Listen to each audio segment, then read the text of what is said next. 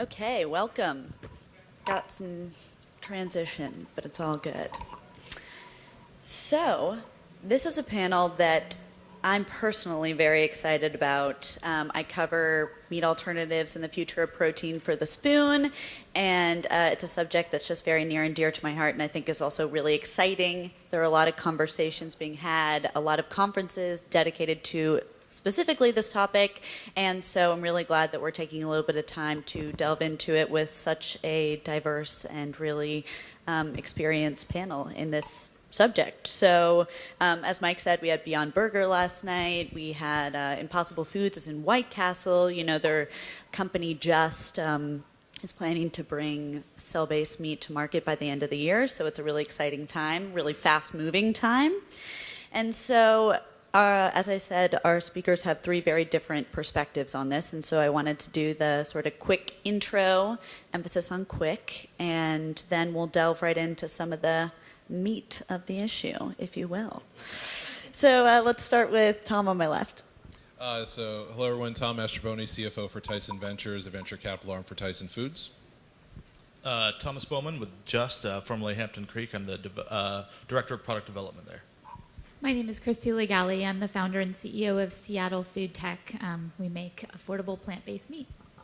Oh, also quick PSA, you can try Seattle Food Tech's nuggets up in the Future Food Court, so definitely make sure and stop by and give that a taste. No just cell-based meat yet, but give it a little time. Soon enough. Soon enough. Okay, great. So I think we all hopefully are familiar vaguely with what cell-based meat is, meat that's grown in a lab setting that doesn't require the slaughter of animals but is genetically meat.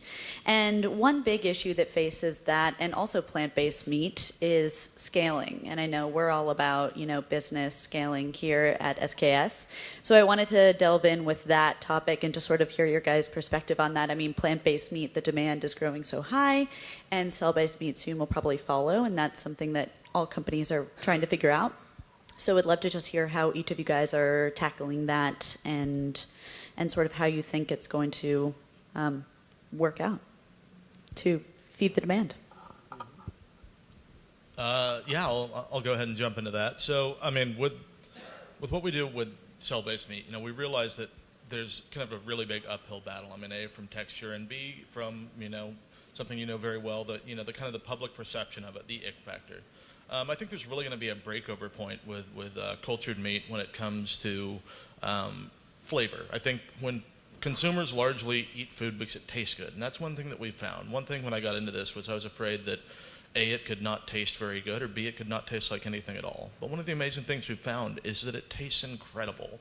Chicken tastes more like chicken, duck tastes more like duck, beef tastes more like beef. When we consume animal proteins, there's actually a lot of negative off volatiles that we just associate with the flavor of the meat as we're eating it. It's not until you try it without those in there that you really go, wow, this is amazing. But then also, the scale. So it tastes good, but we have to get the price point on par with the conventional out there. And I think once that happens, that will be the true breakover point for public acceptance. Is that it's delicious, it's on par, and I think that's really when it's going to kind of break over.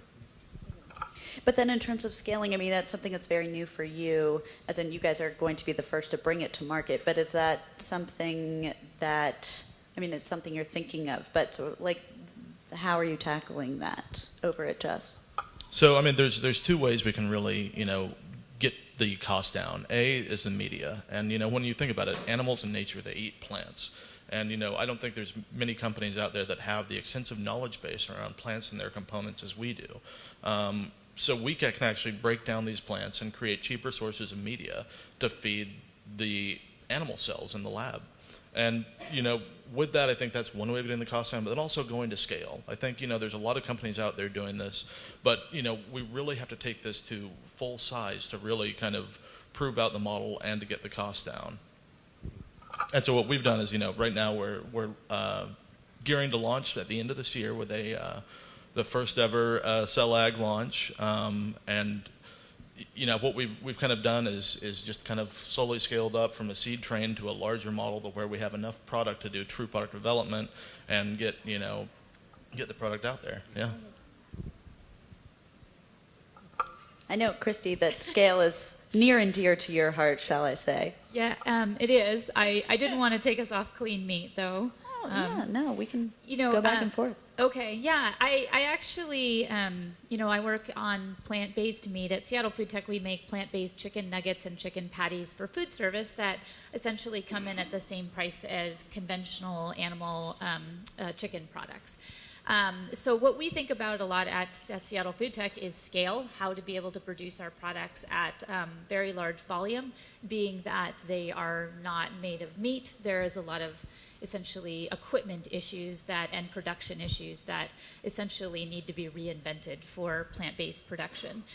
And but it's interesting, I've probably spoken to every plant or clean meat company on this planet because I've been approached with a suggestion of we should put plain chicken in one of your nuggets and we'll be able to make it mostly plant-based, but in part animal-based as well, and it is kind of meets the criteria of being a full-fledged meat replacement, not necessarily from animals. And a lot of, animal-based products like chicken nuggets or chicken patties, not all of them, but some of them are actually mixed with soy or other plants in general. So being able to do this for us, for Seattle Food Tech, being able to scale up by the redesign of production scale equipment for plant-based proteins, I feel like it impacts heavily not only the plant-based world, but also the clean meat world. Absolutely, and I think that really is key to getting the cost down, especially out of the gates. And when we look at scaffolding, look into nature, 3D scaffolding, I think the marriage of the two between a plant-based and a cell-based product is really going to be the key to kind of getting these products out there. Yeah. Yeah, and I think to build on both those, both from the cultured meat side and from the plant-based side, the challenge for us as venture investors, right? I work for the largest food company in the U.S. We do a lot of terrestrial protein, we'll call it. So scale for me means probably something different than scale for you all, right?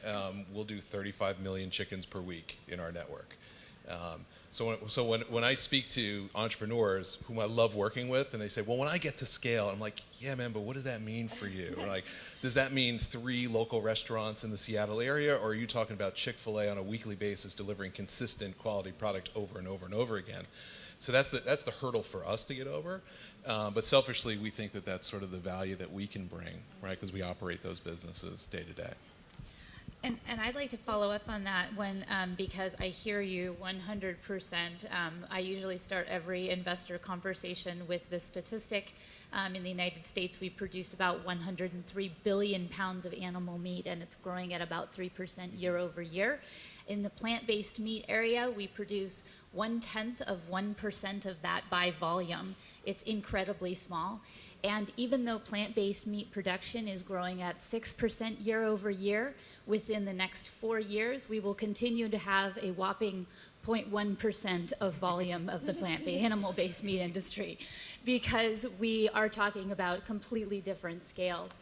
Seattle Food Tech actually exists to address this problem in the plant-based world. Our plans for large-scale production are really intended to take a much bigger chunk out of it by lowering the overall cost of production. So. Now let me flip that Yes. and say Tyson has traditionally been a U.S. domestic-focused business, although we are looking internationally, and how do we drive growth, right? In the U.S. market, we're sort of leaders in a lot of areas, but it's declining growth rates, right, in the packaged foods, because people are moving more towards clean labels, so those prepared foods start to suffer a little bit. People want more organic. That's why we recently purchased Smart Chicken. So now we're the largest organic, overnight, we're the largest organic chicken company in the U.S. That's one of the powers of our size. But when you look at countries like India, where it has the largest plant-based diet on the market, we have a partnership where you can buy Tyson-branded poultry in India, but it's not a big seller because they're mostly plant-based. So now how can we leverage that sales channel and partner with a plant-based company and deliver a product that constituency is going to enjoy? Yeah, I think for CellAg, the scale, I mean, one of the things that we have going for us is this is really off-the-shelf technology. This is stuff that's been around for a long time. There's 8-story bioreactors out there. There's 300,000-liter bioreactors that have been used in pharma, and I mean, even things like creating yeast and vaccines and things like that. So it's really kind of just taking these things that are off-the-shelf technology and using it to create large amounts of meat without the slaughter. Yeah, so going back to what you were talking about, Thomas, like we're addressing scale here, and there is a growing consumer demand for all these plant-based and theoretically for cell-based meat as well. Is consumer acceptance something that you think will be a really big struggle? I mean, for some people, it not being meat is a selling point. For some, that is a problem. And how do you guys think about that and address that in your companies? Yeah, I think we're a consumer-focused business, right? We're in the business of delivering options to consumers, and I think in the long run, a consumer's desire for options will outweigh the ick factor that you talked about, and they are likely to adopt product. Now, I don't know if the U.S. is the right market for cultured meat. Is it Asia? Is it Africa? Is it the continent in Europe? I don't know. Some people argue those places are faster to adopt than the U.S. is. Some people say, well, the U.S. market is so big and the wealth is so diverse that this is the right market to go to. I don't know. They don't pay me to make that decision, thank goodness. But I think on the supply, what's going to really drive this industry is the supply chain, right? Tyson, at its heart, is a commodities business. We can't help but think upstream. So now we're starting to look and say, okay, well, we have our Beyond Meat investment, we have our Memphis Meats investment, we have our Future Meat investment on the 2 cultured meat deals we did. What industries are going to have to pop up to serve those, right? Picking brands is really hard to do. You got to pick one brand. I mean, there's a million things that can go wrong. Founder goes crazy. They break up. The competitor enters the market. There's a food safety issue. I don't want to deal with that noise, but let me sell the butter to them, because then I can sell to each and every, and it doesn't matter which one wins, right? Because I know the market's there, right? Plant-based is here to stay. There's you will get no argument from anyone at Tyson that plant-based protein is not here to stay. There's no doubt. Sally Grimes, president of Prepared Foods, is all in on veg-based protein. Cellular agriculture on the cultured meat side, that race is still being run. We'll see where that goes. But so we're starting to look upstream in the supply chain because we know that business really well. Yeah, for consumer acceptance, I mean, the U.S., we're below 30% consumer acceptance in polls we've done on cell-based meat. But then, like you said, when we look to places like Asia and Europe, I mean, in the Netherlands, there's over 60% acceptance of clean meat, but they have some of the hardest regulations on it. Kind of the Novelty Foods Act there makes it very difficult, and there's kind of veto power in the EU as well, to where it may get passed, but then one country could veto it, and then it just doesn't go through. So, I mean, it's kind of a balance of consumer acceptance and, you know, where we can actually get this through regulation, because this is so new that we have to find a way of regulating it. And I think largely people eat food because it tastes good, and a lot of the food that we eat is out of sight, out of mind. You kind of want to take a field trip to a slaughterhouse, and, you know, so we kind of are, you know, blind to a lot of the food that we eat. And I think the consumers, if they eat it just because it tastes good, you know, it will really, you know, help drive the consumer acceptance. And then also I think, you know, working on a model of merging the plant-based and the cell together will also help drive consumer acceptance. Yeah, and I have one maybe hopefully added value thought to that, is that at Seattle Food Tech, I mean, we focus very heavily on you know, ensuring product market fit, not just from the consumer end, which please do come try our nuggets. Let us know what you think of them. Give us your honest feedback. We want to hear from you because we have a lot of flexibility in our ability to adjust, and that is part of our model as a company in general. But we also know that food exists in a much larger system than just the consumer. So we think of our customers not just as, because we sell to institutions, we actually don't sell directly to, in the consumer packaged goods market, we sell to food service. As a result, we not only talk to our customers about, of course, taste and texture, but also, you know, does it come in the right size box? Is it coming in the right size pallet? Does it come in the right obvious volume? That's probably the #1 biggest thing we hear from our hospital customers is, we can't just take 10 boxes, or the boxes can't just come in, 5 nuggets per box or something silly like that, which would be obvious. But believe it or not, they do struggle with that in the plant-based foods world. So we really aim to make sure that not just our product, but our entire supply chain to support our customers is really meeting that product market fit. Yeah, definitely. I think it's really interesting to hear all these perspectives on what the future of meat will look like for the consumer, and then also from the investment and also from the production side. We have sort of all three, and I think you guys have all sort of worked in different parts of that as well, so you have this sort of holistic approach to it. So I want to tackle something that's on the news a lot lately, and perhaps a little bit controversial, is all the labeling debate. And really, first I kind of want to ask, does it matter? For people who aren't familiar, there's been a lot of sort of drama and coverage around the FDA labeling cell-based meat. Is it meat? Is it not? Some meat companies are pushing back. And then also plant-based, both milk and meat. Can you call it plant-based meat? What does that mean? And then I've heard from some people that they think it really doesn't matter what you label it or call it. It's going to be either accepted or not in the end. First of all, do you guys think that's true? Second of all, how do you sort of see this labeling debate play out? Or do you think it's kind of overhyped and is just going to fizzle? Yeah, I think that's something we're really dealing with right now, and it really is figuring out the kind of the regulation behind all of this. This is so new that nobody knows who's going to regulate it, and I think, this is the point where kind of all of the companies that are kind of in the field need to kind of come together and build this framework and present it as to how we're going to regulate it. One thing we were talking about earlier is, like on an ingredient statement, do we list all of the components of the media? When you think about it, animals and, if you get chicken on the ingredient statement, it doesn't say everything that chicken ate on the ingredient statement. The media that we feed the cells is essentially the food that they're eating. So it's really kind of figuring out like what all needs to be on that label, and really look at the conventional as kind of the, because if you look under a microscope, one for one, these are animal cells. I mean, they are actual animal cells. They're just not, coming from a slaughter of an animal. So to kind of regulate it the same way, and I mean, there's a lot of built-in safety mechanisms in there too, from, it has to be clean or it won't grow. So it's really kind of going, okay, what concessions can we make on the labeling versus the conventional that's out there? Yeah, I would just say, as a company that deals with both the FDA and the USDA on a daily basis, we would say, we'll respect whatever regulations are promulgated by those respective governing bodies. I know that's a corporate back-out comment. I recognize that. But, I mean, in the end, it is honestly the truth, right? We have to operate within the framework that's imposed upon us in our traditional lines of product, and I think the plant-based and the cultured meat businesses are going to have to do the same. You can lobby all you want. We have lobbyists in Washington as well that lobby on our behalf for certain things. But in the end, it's going to come down to where does the FDA and the USDA, and they are working together. I was down in D.C. on the 12th of July for the meeting at the FDA, and Director Gottlieb, very tongue-in-cheek, welcomed his friends from the USDA to the first meeting at the government about this, or like, we beat you to it. So we'll see where they come out on it. But I think due to the medium involvement, I think the FDA has a say in it. Given the fact that it's animal tissue, the USDA has say in it. They're going to have to figure out, like, we can't control that.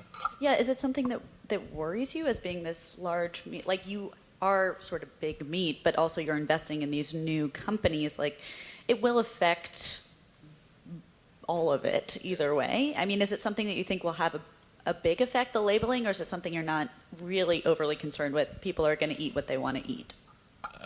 People will always eat what they want to eat, right? I mean, True. People still eat shark and soup in places you're not supposed to do that. So I think people will continue to eat what they want to eat.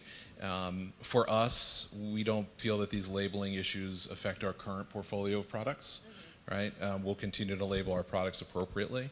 It'll be interesting to see how it all plays out in the long run, and then how do our products on the prepared side compare to products that are prepared using a plant-based product or a cultured product, and how does that affect sales? And I'm sure we'll have 100,000 people working on that. But I think it's going to come down to where does the government land, and then we're all just going to have to work within that framework. And then you take the position of, is it economical to keep doing that, right? Is this a fight? If it doesn't go your way, is this a fight worth fighting? Or do you just throw your hands up and say, Uncle, we're done, we tried?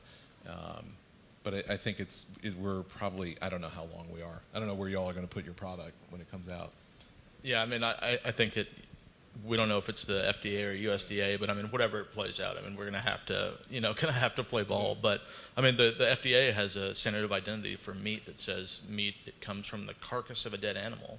And the USDA was set up to kind of oversee the manufacture and slaughter of animals. Well, if there's no slaughter, it's kind of this kind of gray area in both the FDA and the USDA of where the regulatory body is going to fall. But I think either way, we're going to have to all kind of come together and figure this out. Yeah, I guess I just had one final thought about that is that I do feel like the reactions that we see in the legislature in Missouri saying you can't call plant-based meat or sell ag meat is a reflection of, a genuine constituency that has fear over these issues. And I actually do consider it part of our company's goals, and in fact, in a very big way, to make sure that we're not just saying we're going to go into the food ecosystem in order to make you eat plant-based meat, but that we're actually going into the ecosystem to actually provide genuine economic opportunity for the places where we put our production facilities. So when we talk to people in small-town Washington, or even, obviously, we're here in Washington, we talk to them about the opportunities for putting in one of our plant-based meat production centers instead of potentially maybe a chicken processing facility or a beef processing facility as another opportunity, so that we're not taking away opportunities of economic growth for communities, but we're actually hoping to add to it. We feel like we need to address the concerns of communities that are feeling like they need to backlash against this. And I've been really, really proud of North American Meat Institute and Tyson and Cargill for being leaders in that area as well. Yeah, well, you'll be surprised the backlash we get when we go try to build a poultry plant somewhere. We had Aaron Brockovich on our Twitter tail for a little bit. So we feel your pain, but for a different reason. When we're trying to bring 1,500 high-paying jobs to Tonganoxie, Kansas, and we end up having to go to Gibson County, Tennessee, because Aaron got hold of it and was calling Doug Ramsey all kinds of bad names on Twitter. So we may be a big company, but we have small company problems too. Okay, well, shockingly, we're almost out of time. It's flying by, I know. Come find us and continue the conversation. But now's when I want you guys to get a little futuristic, push the envelope, get a little wacky. In 10 years, 50 years, 100 years, where do you see the future of meat as sort of at the end game? Like no meat at all, plant-based mixed with cultured, all cultured? Will traditional meat play a role? Will we all be destroyed by the nuclear apocalypse? Like, what do you see as the future of meat? Well, for me, I think by 2050, it's speculated that our population is going to double. There's not going to be enough land mass on the planet to produce all of the food needs that we will have, whether it be plant or animal. And, really what we're all about is just finding better ways of producing food that are sustainable. And, for Cellag, I think that's one way to kind of let our oceans repopulate. We've, fished most predatory fish out of the ocean. I think this is really a way to kind of get everything back to level. If we could just get rid of all factory beef farms, I'm not saying all farms are bad, but factory beef farms would be like taking all of the cars off the planet as far as meat production. And then, from a scale standpoint, I think in 10 years, 3D bioprinting is already out there. It exists today where they can actually, 3D print cells back together. There's a company in SoCal that does it, that actually takes human skin and grows human skin for cosmetic companies to kind of test their products on. But the speed that it does that is so slow that it would never be viable for, production of meat that we consume. Where in, 10 years from now, I think there's going to be a way of almost bio-weaving, where there's some randomness to it, where it's not reassembled the entire, exactly the same every time. But when you think about it, no two steaks are the same in nature, where I think there's a way of producing all of the food needs in a very small footprint, and just having a little bit of randomization to it by building a farm of 8-story bioreactors producing all different types of cells and then bio-weaving them back together. And then also on a small scale, you could also have smaller versions of these in rural areas as well. I like bioweaving. I hadn't heard that term before. That's a new one for me. Yeah, 3D printing for cells. Is that what it is? No, it's more randomized, where it's almost like you're spraying on layers of different cell types, adhering them together in some kind of a random Like pattern. Jackson Pollock meat printing. Exactly. Yeah. Kind of. That's yeah. Jackson Pollock of meat printing. You heard it here first. Trademark. Okay, actually, unfortunately, we have to cut this short. Find Tom and Christie to hear their perspectives on the future of meat. And on to the next one. Thanks, Catherine.